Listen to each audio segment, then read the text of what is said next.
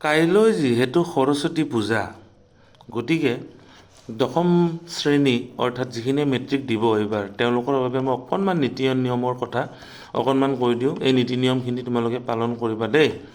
নীতি নিয়মখিনি হ'ল, যিহেতু কাইলৈ সৰস্বতী পূজা, আজিৰ পৰাই তোমালোকে কি কৰিবা, আজি ৰাতি তোমালোকে যিটো ভাত খাবা, ভাতটো একদম বইল ভাত খাবা। তাতে কোনো ধৰণৰ মানে তেল আৰু পিঁয়াজ নহৰু এইবিলাক যাতে কোনো ধৰণৰ নাথাকে, একদম চিম্পল বইল ভাত খাবা।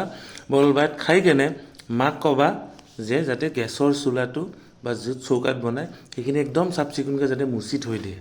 তাৰপিছত তোমালোকে কি ক'বা, ভাত পানী খোৱা হোৱাৰ পিছত তোমালোকৰ যিটো 6টা ছাবজেক্টৰ মেইন যিকেইখন বুক, সেই মেইন বুককেইখন, লগতে মেট্ৰিক পৰীক্ষাত তোমালোকে কি সঁজুলি লৈ যাবা, ধৰি লোৱা তোমালোকৰ হাৰ্ডবৰ্ডখন, তোমালোকৰ জিঅ'মেট্ৰি বক্সটো, তোমালোকে মেট্ৰিকত কি কলম দি লিখিবা সেইখন, আৰু লগতে যদি এডমিট কাৰ্ড আছে, এই বস্তুখিনি তোমালোকে ধুনীয়াকৈ এটা জেগাত মানে পঢ়াৰ টেবুলত তোমালোকে থৈ দিয়া। কাইলৈ ৰাতিপুৱা তোমালোকে খোৱাৰ পৰা একেবাৰে সোনকালে উঠি কেনে গা পা ধুই পৰিষ্কাৰকৈ তোমালোকে কি কৰিবা, তোমালোকৰ ঘৰৰ যিখিনি য'ত থাপনা, য'ত তোমালোকে পূজা অৰ্চনা কৰা, য'ত সৰস্বতী মাৰ ফটো আছে বা তোমালোকে য'ত পূজা অৰ্চনা কৰা, তাতে তোমালোকে এই মেইন বুকখিনি আৰু এই যিখিনি মেট্ৰিকত লৈ যাবলগীয়া পৰীক্ষা হলত যাৱতীয় সা সামগ্ৰীখিনি ধুনীয়াকৈ তাতে থৈ দিবা। থৈ কেনে তোমালোকে পূজা অকণমান কৰিবা সৰস্বতী মাক। সৰস্বতী মাক পূজা কৰিবৰ কাৰণে মই এটা সংস্কৃতৰ অকণমান শ্লোক অকণমান কৈ দিওঁ। পদ্ম মৃদংমম দক্ষিণ হস্তে বাম কৰে লুখ দূত পলমে কম বহিগমিষি পংকজ নেত্ৰে ককনালতম কাজলপুৰিত লোচনা হাৰে বীণা পুষ্কৰ ৰঞ্জিত হস্তে ভাগৱতী ভাৰতী দেৱী নমস্তে।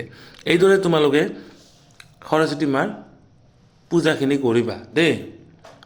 কি হিন্দু কি মুছলমান, আমি সকলো ষ্টুডেণ্ট, আমি সকলোৱে সৰস্বতী মাক পূজা অৰ্চনা কৰিব লাগিব, কাৰণ আগন্তুক পৰীক্ষা আহি আছে।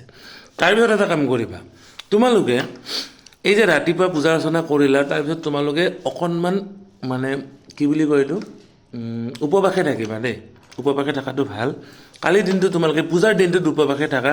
গাখীৰ খাব পাৰিবা, গাখীৰ শুদ্ধ বস্তু, কিন্তু তাৰ বাহিৰে তোমালোকে বেলেগ বস্তু, চাহ বা তেনেকুৱা গোটা বস্তু একো নাখাবা।